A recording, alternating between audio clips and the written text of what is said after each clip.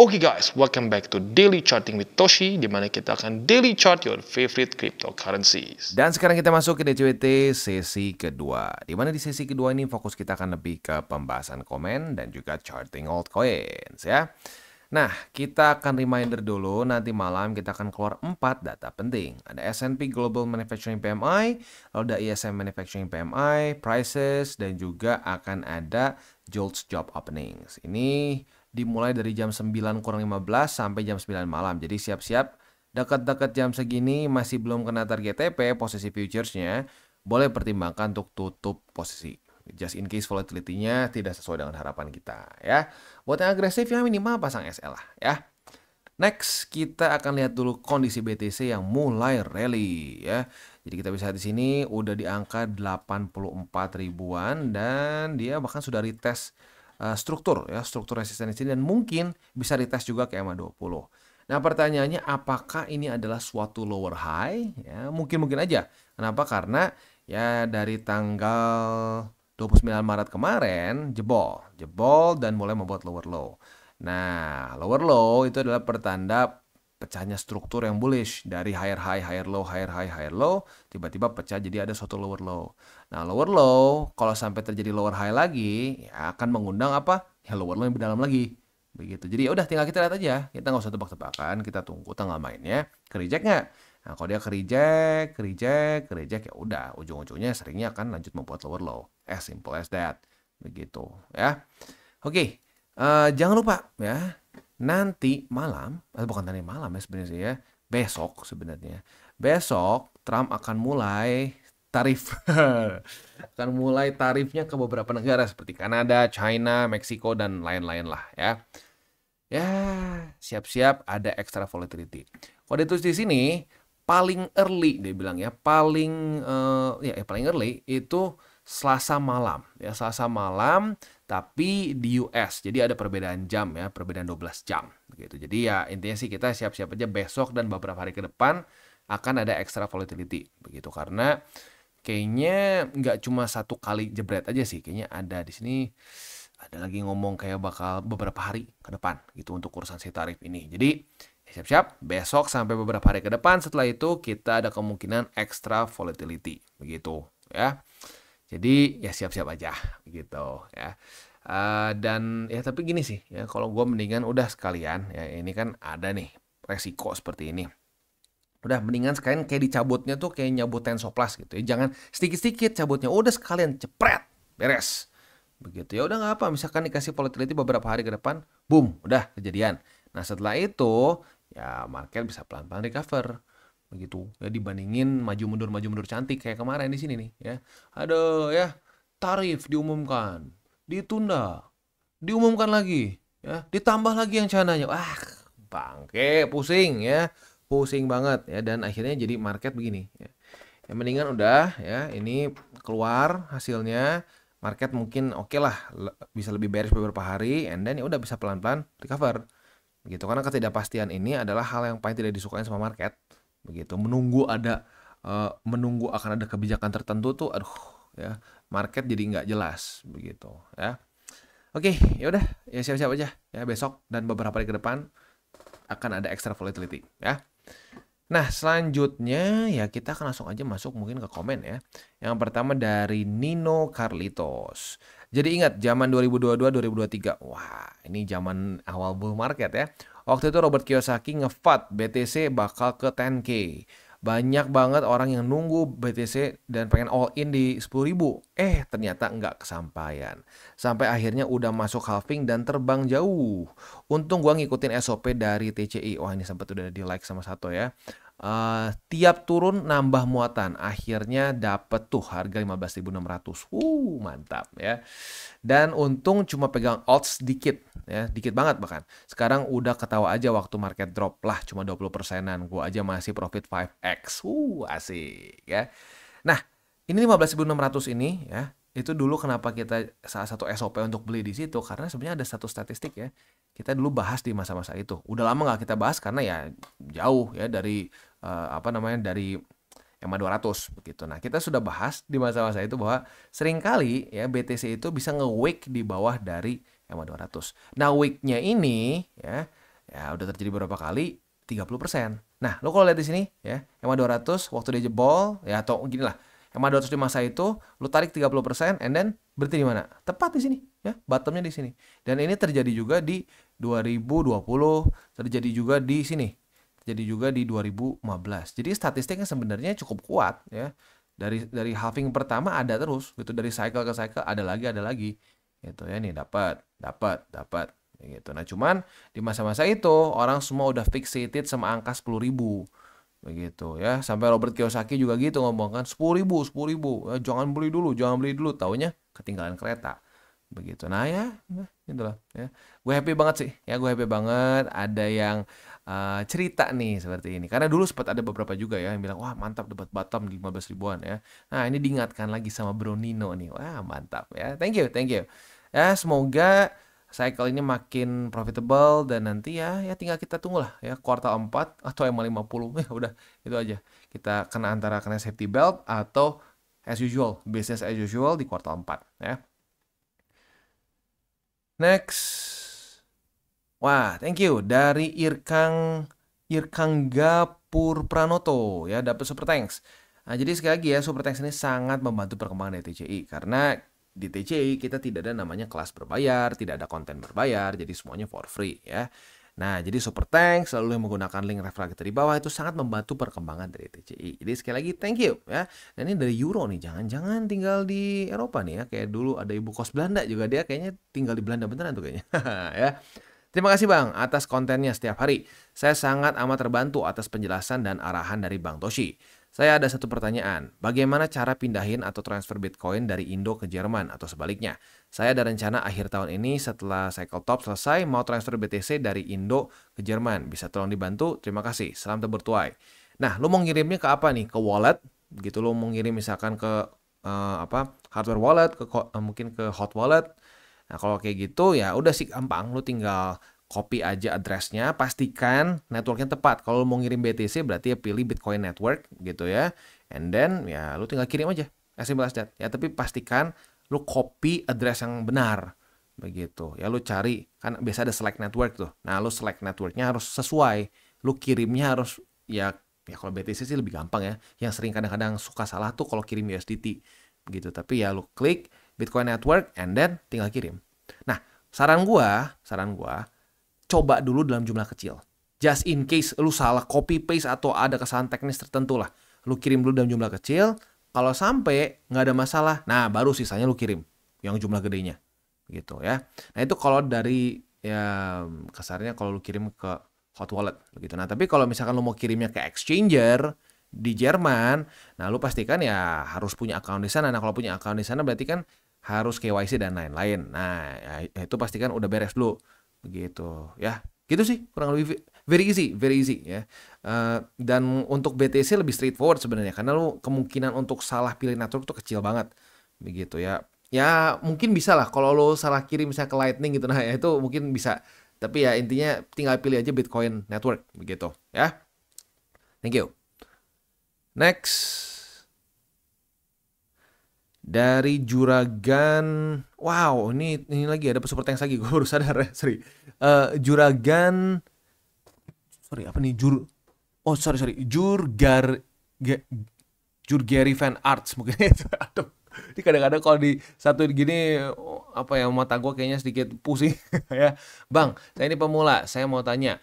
Saya kalau lihat chart dari BTC, ETH, SOL, dan XRP, saya ngerasa saya rasa ada korelasi antara 4 chart koin-koin itu. Misal saya lihat BTC membentuk pola bendera banteng, bull flag ya. Nah, kan naik tuh, semua koin naik. Sebaliknya kalau BTC nggak ada bentuk apa-apa, tapi misal SOL ada bentuk bendera beruang atau ya bear flag, maka BTC juga turun sesuai dengan SOL. Begitupun dengan koin-koin lain. Ikut ke 4 koin itu. Apa cuma perasaan saya aja atau memang hubungan? Maaf, saya ini newbie banget ya, baru sebulanan di kripto. Nggak, memang itu biasanya mengikuti BTC begitu. Jadi mereka tuh sebenarnya cenderung mengikuti BTC. Walaupun ya ada beberapa yang lebih mirip begitu ya. Nah, kalau lu perhatiin di sini kan ya, di luar dari BTC ya, ini kan ETH, SOL, dan XRP. Mereka tiga ini adalah bisa dibilang altcoins yang sudah cukup besar, terutama ETH ya, cukup besar. Nah, jadi ya apa namanya, biasanya akan lebih cenderung mengikuti ke BTC. Itu cuma pertanyaannya di masa itu lagi ke outperform atau lagi outperform BTC aja. Begitu ya. Kalau kayak sekarang kan lagi masa-masa QT nih. Nah, biasanya dia ngikutin BTC, tetapi ke outperform gitu sama BTC. BTC-nya lebih bagus secara persentasenya. Begitu. Nah, nanti kalau lagi masa-masa altcoin season, kebalik gitu. Nah, di situ the general directionnya kan sama gitu. Dia akan ngikutin BTC tapi lebih besar aja gitu profitnya karena memang liquidity lebih banyak masuk ke mereka. Begitu ya. Jadi in general seperti itu. Nah, kalau altcoins lain yang mungkin market capnya lebih kecil itu bisa lebih gampang untuk dimanipulasi lah, lebih gampang untuk ditembak, dimacem-macemin lah. Begitu. Nah, sementara kalau yang besar-besar lebih sulit. Gitu aja, makanya dia mungkin lebih mirip sama BTC gitu. Tapi in general semua alts itu ngikutin BTC gitu ya. Thank you bos super thanks ya. Next Alpha Traders OKX ya. Reminder buat Bro Toshi, jangan lupa liburan. Salam tabur tuai, happy holiday. Oh iya. Aduh ini gue bagus ya. Untung ada komen gini, gue jadi mau ngingetin ya. Besok gue emang ada rencana mau keluar kota sebenarnya. Jadi gue udah siapkan dulu on chain begitu ya. Jadi nah buat besok kita nggak akan ada DCWT ya. Kita hanya ada on chain saja dan ya kita ngebahas beberapa hari ke belakang nih ya. Terutama sebelum si Trump nih ya. Jadi kan ya kita pengen lihat nih secara on chain para bandar ngapain nih ya sebelum ada si Trump ya. Udah, ya bagus nih, pas banget ada komen ini jadi ngingetin juga memang besok gua ada rencana libur, tapi cuma sehari saja sih. Ya. Thank you ya. Ya kadang-kadang bener sih ya butuh liburan juga, capek ya.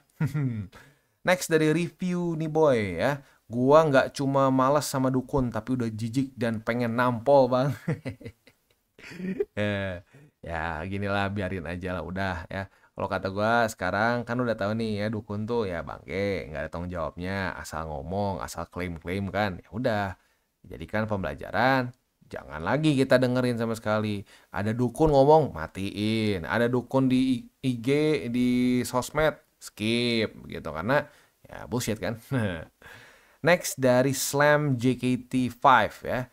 Bang, pergerakan BTC sekarang selalu mengikuti news di US dan S&P 500 naik turunnya. Apakah siklus-siklus sebelumnya seperti ini juga? Kalau dulu naik turunnya seperti tidak mengikuti berita. Dan gimana bisa disebut dengan safe haven kalau naiknya ngikutin berita atau saham? Ya sebenarnya gini, kalau mau ngomong emas juga ngikutin berita sebenarnya kan ada korelasinya. Emas sama saham sama juga sama DXY ada korelasinya. Tapi jadi safe haven tuh begitu ya.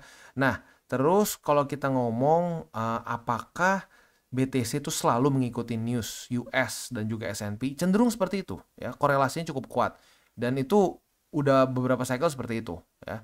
Nah, itu yang makanya gue dulu sempat ngomong ya, tapi udah lumayan lama sih, kayaknya setahun lalu lebih lah.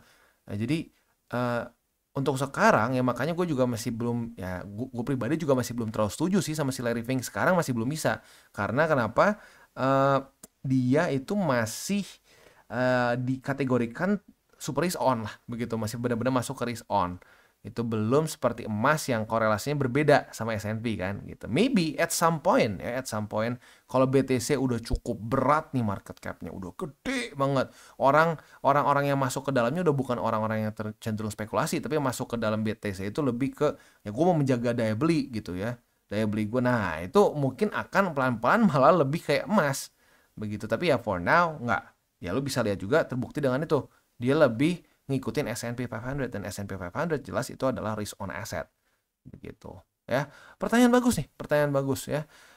Jadi ya memang masih perlu proses lah kata gue kalau untuk jadi benar-benar disebut sebagai safe haven yang comparable ke gold begitu ya. Tapi by that time maybe it's gonna be a bit boring gitu loh. By that time beli BTC itu akan kayak sekarang beli emas gitu ya. Kalau emas ya sekarang yang penting daya beli kita nggak berkurang. Nah gitu ya lama-lama BTC kayak begitu kalau menurut gua.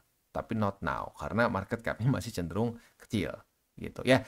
Relatif kecil lah dibandingkan dengan aset-aset lain begitu ya. Masih ada room to grow ya. Next dari JR Channel. Mohon maaf lahir dan batin Bang Toshi. By the way, saya ngikutin ngikutin saran Bang Toshi. Saya juga main di altcoin Bang, tapi 70-30 lebih utama di BTC-nya dan masih sistem DCA.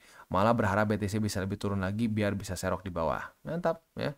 Ya kita sih tinggal ngikutin aja. Market mau turun dulu, oke. Market mau naik lagi ya senyum. Kita sih senyum-senyum aja karena kita nggak pernah nyuruh-nyuruh market kan ya. Mantap ya. Dan ini ya, selamat merayakan Idul Fitri juga. Gue jadi bingung tuh kemarin atau hari ini ya. Kalau gue sempat baca di Google kemarin ya. Ya, tapi pokoknya selamat selamat Idul Fitri ya. Semoga bagi kalian yang mungkin lagi perjalanan pulang atau mungkin lagi di kampung ya. Nah, semoga semuanya bisa aman-aman, nggak ada yang aneh-aneh dan nanti bisa balik lagi juga dijaga di jalan gitu ya. Jangan jangan maksain juga kalau capek ya. Karena ya kadang-kadang suka serem lah kalau misalkan lagi mudik mungkin ya, apalagi arus balik juga gitu ya, jangan sampai kecelakaan dan lain-lain lah gitu. Hati-hati ya, hati-hati ya, dan semoga nanti ya ke depannya bisa lebih profitable lagi begitu ya. Semoga ini jadi bulan yang ekstra berkah gitu, walaupun sekarang mungkin lagi cenderung merah tapi nggak apa-apa lah. Nantinya jadi ekstra berkah ya.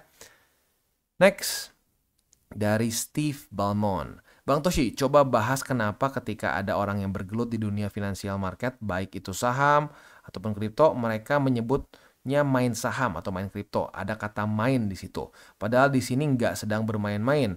Ada yang menganalisa untuk investasi jangka panjang, banyak juga yang menganalisis untuk sekedar melakukan trade jangka pendek menengah. Modal yang kita keluarkan juga nggak dikit, banyak yang ratusan bahkan sampai miliaran. Kurang serius apa sampai masih disebut bermain-main, dan itu hanya terjadi di Indonesia. Apakah istilah main yang umum dijabarkan itu menggambarkan masih skeptisnya mayoritas masyarakat Indonesia terhadap financial market? Wah, ini pertanyaan yang bagus nih ya. Gue lumayan suka.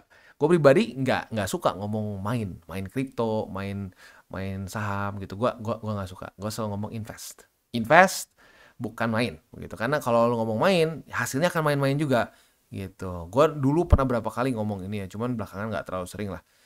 Tapi ini bagus, ini hal yang gue setuju ya. Jangan ngomong main sih ya. Karena lu akan subconscious lu akan merasa bermain-main, dan jadi ya udah deh ya, cobalah, siapa tahu dapat ya, siapa tahu profit. Nggak, jadi karena lu ngomongnya main, lu mungkin nggak akan terlalu memberatkan ke analisanya, jadi ya udah deh, coba-coba aja gitu kan. Benar sih, setuju. Dan apakah ini menggambarkan masih skeptisnya mayoritas masyarakat Indonesia dengan financial market? Maybe. Karena kalau gue lihat di Indonesia itu cukup banyak orang yang melihat financial market itu sebagai tempat berjudi. Begitu loh. Ya, tempat cepat kaya, tempat ngeprint duit, ATM. Wah, itu susah. Gitu. Dan itu mindset cukup berbeda dibandingkan dengan rata-rata orang di luar. Begitu, dimana mereka berpikirnya jangka panjang. Begitu. Ya kayak gini deh, simple. Kita ngomong jangka panjang di Indonesia tuh orang banyaknya cuma mikir berapa sih setahun gitu ya. Padahal setahun tuh boro-boro panjang ya. Setahun tuh sebentar gitu sebenarnya. Nah, ya mungkin ya itu benar juga. Mungkin ya mereka melihatnya salah gitu. Melihatnya markets ini sebagai kasino gitu kadang-kadang ya.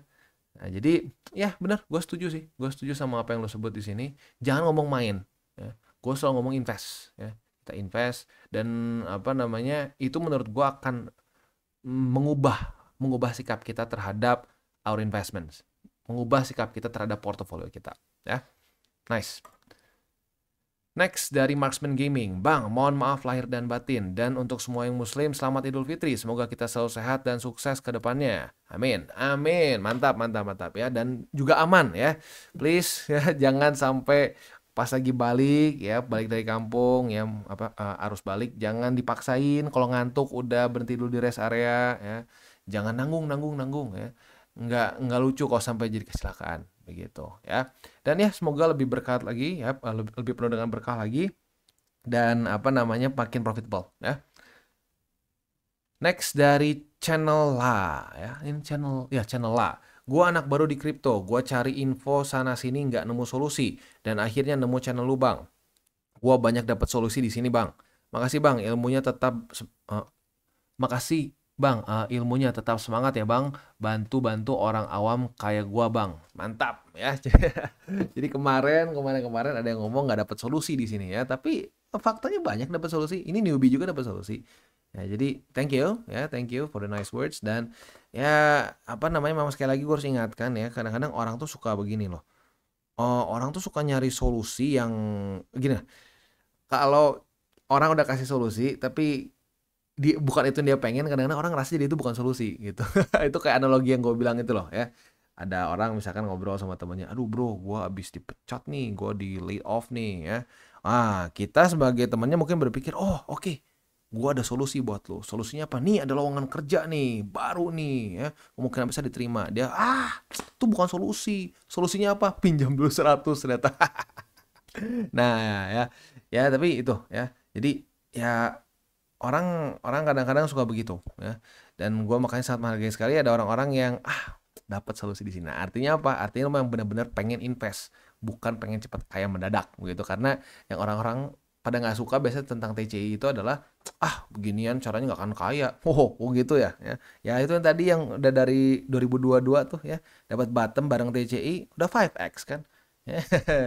Ya baik lagi lah ya, tapi setiap orang punya apa namanya target yang berbeda-beda. Kadang-kadang targetnya suka nggak make sense. Kalau nggak make sense biasanya malas sama TCI. Gitu ya, sukanya lebih suka dibohongin, bisa 100x, bisa 200x dengan cepat katanya ya. Next dari Jack Jack Kojak ya. Buat kita yang budget minim tapi pengen investasi kripto, cukup ikuti channel ini aja. Daripada lu ikut kelas kripto yang belasan juta. Kalaupun mau ikut kelas, mendingan lu ikut kelas yang meningkatkan skill-skill kita untuk dapat income yang lebih baik. Zaman sekarang yang penting adalah income buat kebutuhan sehari-hari. Sisanya baru investasi. Yes, bener ya. Kita tuh beresin dulu kewajibannya udah beres, baru mikir lagi investasi gitu. Duit yang tadinya cuma buat seneng-seneng, foya-foya ya, nah itu bisa digeser ke investasi gitu. Dan yes, gini, menurut gue serius ya, lu ikutan kelas yang meningkatkan skill tuh nggak masalah, itu bagus-bagus aja ya, meningkatkan ya mungkin buat skill kerja lu dan lain-lain, itu nggak masalah. Tapi janganlah ya bayar duit buat masuk kelas yang menjanjikan lu cepat kaya. Itu bullshit, nggak pernah kejadian jadi beneran kaya. Gue belum pernah lihat ada yang jadi beneran kaya gitu. Kalau sampai ada yang kaya lagi dari situ karena ternyata dia ada ini juga, jualan kelasnya dia dapat juga persentase. Wah, aduh, jadi curhat sedikit ya ke cara dukun buat jualan kelas. Oke, next dari Vikia. Bang Toshi, boleh nggak sih gue berhayal? Misal ada kebijakan tapering QT 20 miliar jadi 5 miliar mulai April dan beneran kejadian. Nah, tiap balance sheet kepotong 5 miliar, tiba-tiba ada tambahan aset 7 miliar per minggu.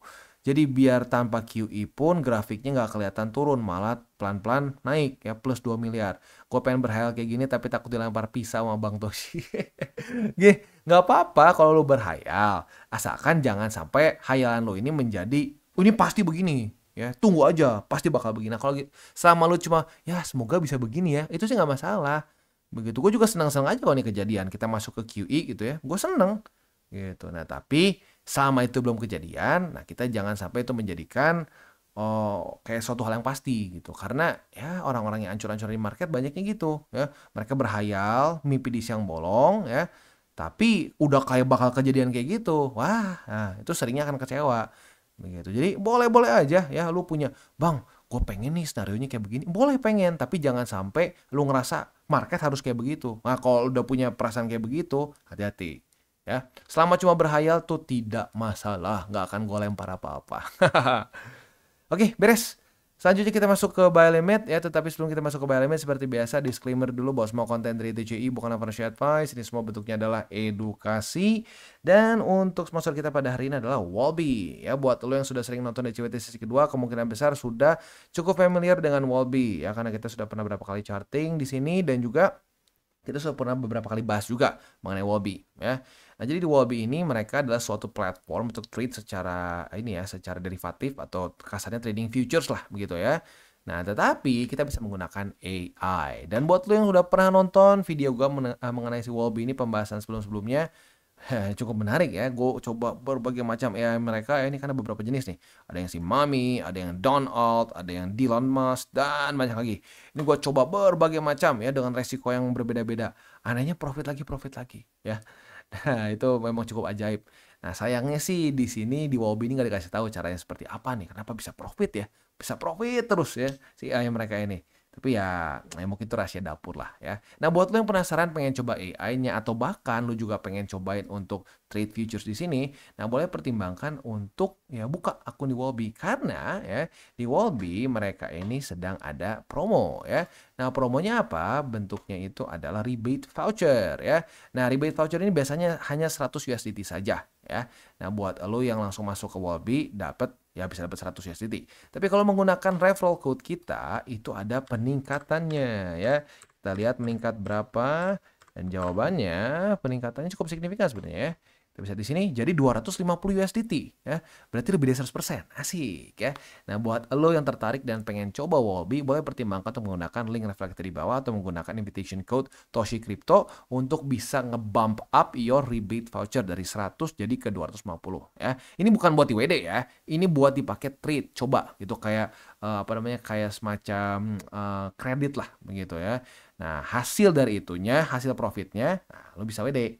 Jadi ya buat lo yang mungkin ngerasa, lumayan nih bang, bisa gue buat latihan ya, monggo. Bisa ya, buat latihan bisa, mau nyobain AI juga bisa ya. Nah, oke, itu jadi kurang lebih untuk Wobi. Sekarang kita akan kembali lagi ke chart. Oke, dan kita masuk ke BNB. Untuk BNB, terakhir kan posisi long di sini ya, udah profit. Sekarang retest pertama di EMA20 sebagai resisten. Kita tinggal lihat apakah besok dilikusin di bawah atau di bawah atau di atas ya. Kalau di bawah dari EMA20, nah kita bisa limit posisi short, retest kedua kebuka posisi shortnya dan target TP bisa di angka 597,078. Tapi dengan syarat kalau besok di likusnya di bawah dari EMA20 ya. Nah, kalau di atas ya berarti nggak ada setup ya. Untuk posisi spotnya ada di angka 597,078, ada juga di 568,716 dan juga di 550,022 ya. Next kita masuk ke Solana. Untuk Solana kita bisa lihat di sini dia sudah terjadi retest pertama di angka 130,188. Sebagai resisten ya. Artinya apa? Artinya kalau sampai besok daily close-nya di bawah dari 130,188, kita bisa pertimbangkan untuk limit posisi short. Nah, udah gitu ya bisa buka posisi short. Target TP-nya ya bisa salah satu di sini ya. Tapi dengan syarat ya besok daily close-nya di bawah. Kalau daily close-nya di atas ya berarti nggak ada setup ya. Oke, untuk posisi spot ada di angka 121,169 dan 119,60 ya. Itu kurang lebih untuk Solana. Next kita masuk ke XRP. Untuk XRP kemarin jebol, sekarang lagi berusaha untuk mereclaim lagi ya. Ya maka dari itu belum ada setup futures karena ya kemarin jebol ya. Sekarang lagi coba reclaim lagi jadi belum ada retest lagi ke support maupun resisten ya.